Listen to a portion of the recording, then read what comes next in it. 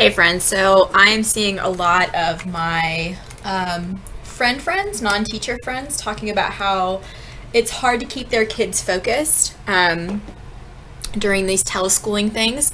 So first of all, give yourself a little bit of grace because remember right now this is a very weird time and normally they would have an actual physical teacher in front of them, kind of checking them and constantly gauging them and saying, okay, we can do this for another minute, but then we need to move on.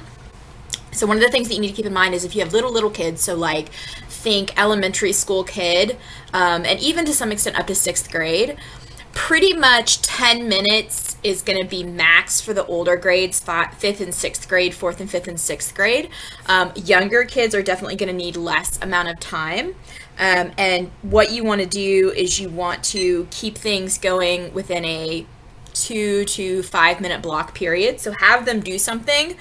But then what I will do is I will actually set a timer. And one of the big things that's an easy mistake to make is to actually let the kids see the timer. So don't do that because just like when you're running in a workout or doing a treadmill workout, you're constantly paying attention to the timer and they will too, which means they're not focusing on the thing.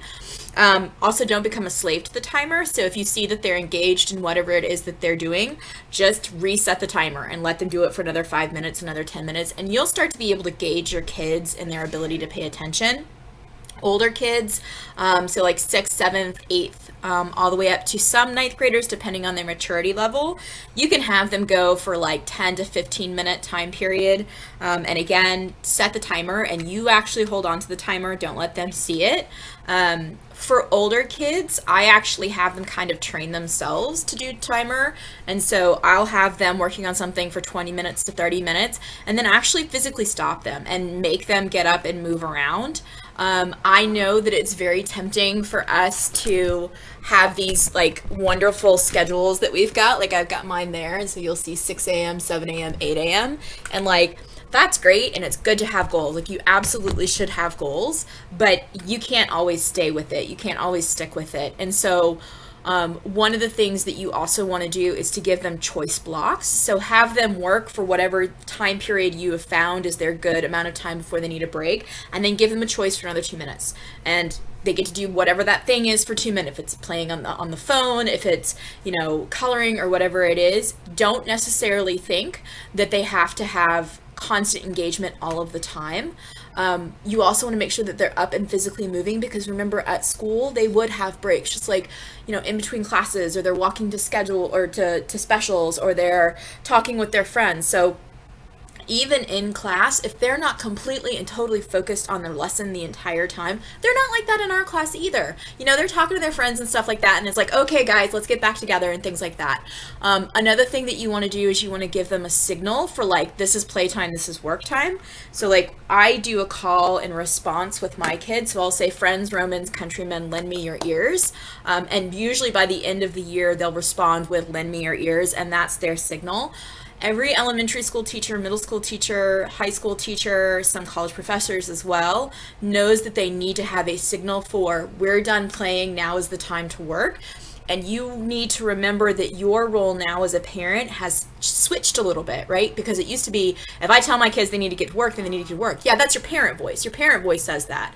But now you're not parent voice, now you're homeschool teacher voice. So homeschool teacher voice needs to have a different set of commands and a different set of options. And I know that seems like a lot, but I'm just trying to help you get more out of the sort of classroom discipline stuff. And this is the kind of stuff that's not in our lesson plans because we just sort of do it automatically. And we have that classroom management, and it's almost like an instinctual feel for us. And so the relationship that you're having with your kid right now is a little bit of a different relationship.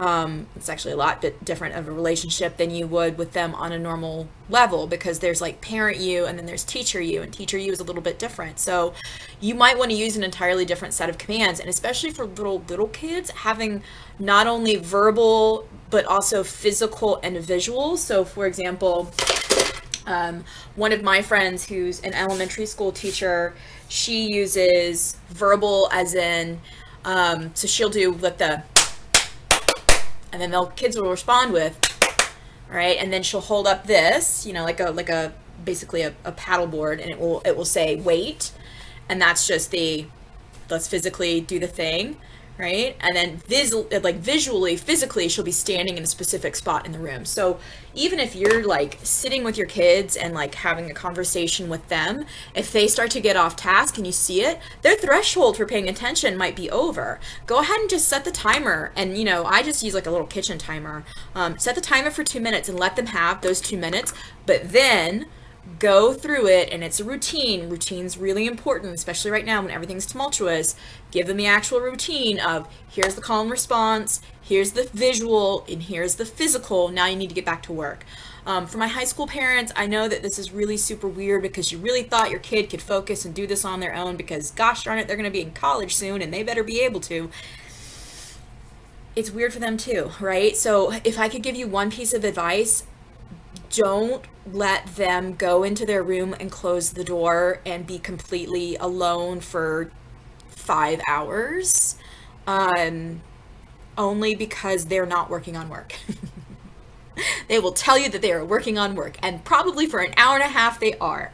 But most likely there is not a child, there's not an adult that can focus silently and completely for 5 hours, nor can they self-regulate. So I would say every couple of hours, if you're at work, if you're away from them, just send them a text and be like, hey, what are you working on? Just do a quick little check-in. Hey, what are you working on?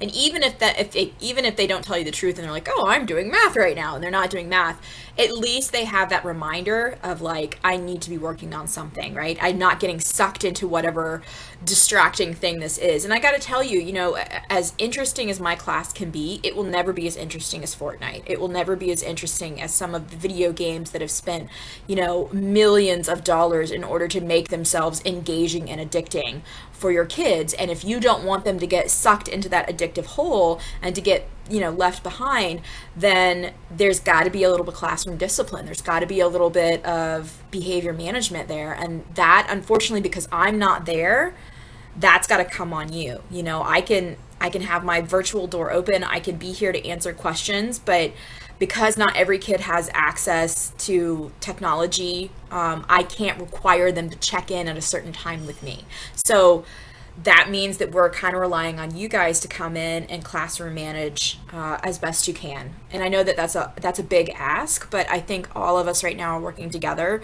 on a big ask because we don't want the kids to get left behind, and to fall behind. So just some quick classroom management tips. Again, having for little kids, having an actual visual and then auditory and physical and keeping them on their threshold. So gauge it and go easy on yourself. Give yourself grace, give yourself time. Like it's gonna be what it is. So just some quick tips.